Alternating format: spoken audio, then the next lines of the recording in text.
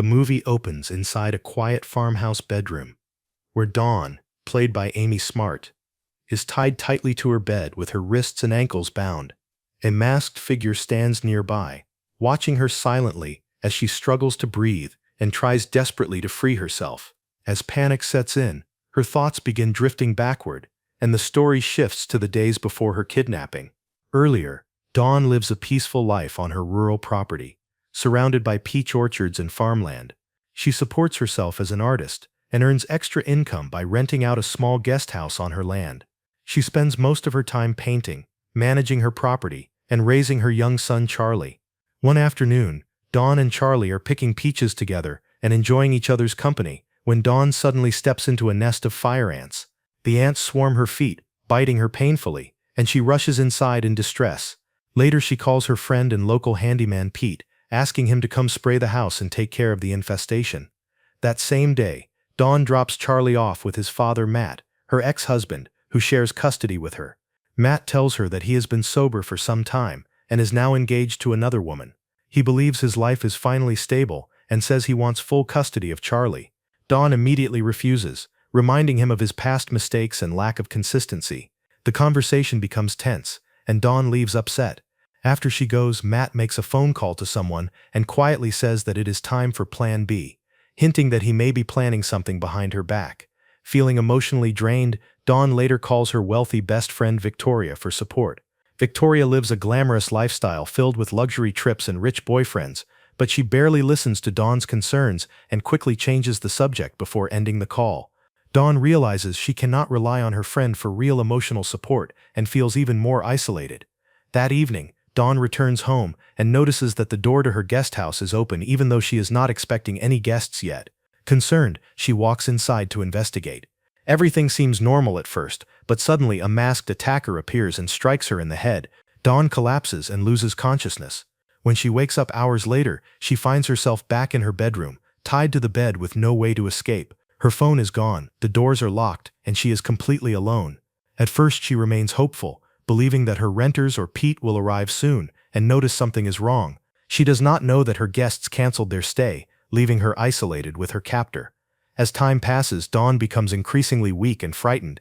With nothing else to focus on, her mind drifts into memories of people from her past who might have had access to her property. She remembers her former art professor, who once stole her work and took credit for it, leaving their relationship bitter and unresolved. She wonders if he could be seeking revenge. She also recalls how Charlie tries to call her while he is away camping with his father, but she cannot answer because she is tied up. Pete also leaves voicemails about coming later in the week, unaware of her situation. Another memory shows Dawn discovering that some former renters were secretly prostitutes working under a pimp named Ramona. After spying on them through binoculars, she contacted Victoria and reported them to the police. Ramona was arrested and threatened revenge, making him another possible suspect. Dawn then remembers renting to a strange couple involved in an unusual role-playing relationship who once tried to involve her, making her uncomfortable. She also recalls helping a distressed man named Gabriel, who once showed up at her house with a gun, devastated over his failing marriage and secret affair. Although she helped him calm down, she wonders if someone connected to him might blame her. After more than 24 hours in captivity, Dawn becomes severely dehydrated and weak. The ant infestation spreads through the house, and ants begin crawling over her body while she is helpless. The constant pain and isolation cause her to hallucinate, and she begins imagining her past acquaintances appearing in her room. She starts questioning whether Matt's mysterious Plan B had anything to do with her kidnapping. Meanwhile, Charlie grows increasingly worried when his mother never answers her phone. After calling Victoria, she finally becomes alarmed and decides to drive to Dawn's house.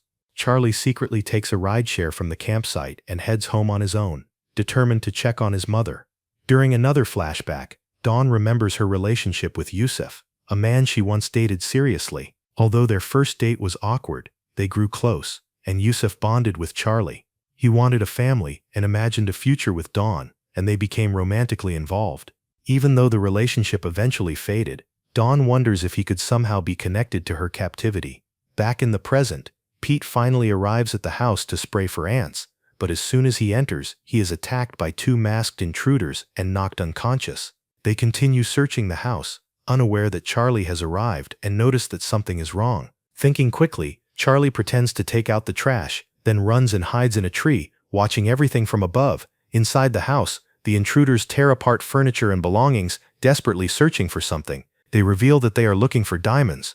When they cannot find them, they begin arguing, and one accidentally shoots the other in the foot.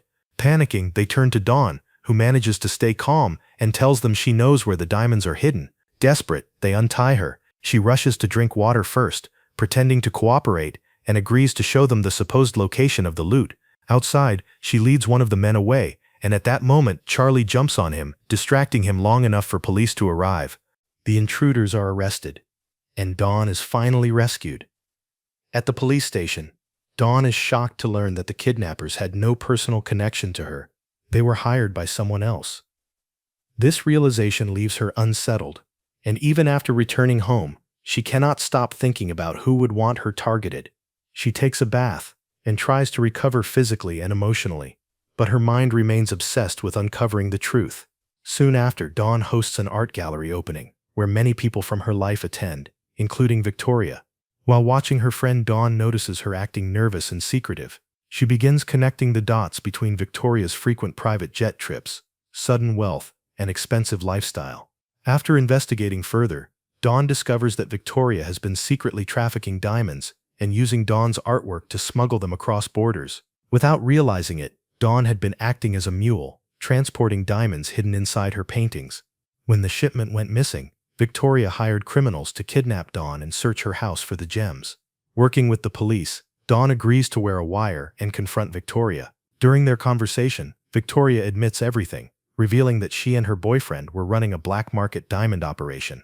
Police move in and arrest them both, finally exposing the truth behind Dawn's ordeal. Before turning everything in, Dawn secretly keeps a few diamonds and hides them inside her artwork. She decides to start fresh and rebuild her life. She reunites with Yusuf, strengthens her relationship with Charlie, and regains control over her future. The movie ends with Dawn peacefully painting in her studio, having survived betrayal, captivity, and fear, now stronger and more independent than before. If you enjoyed this recap, make sure to hit the like button and subscribe.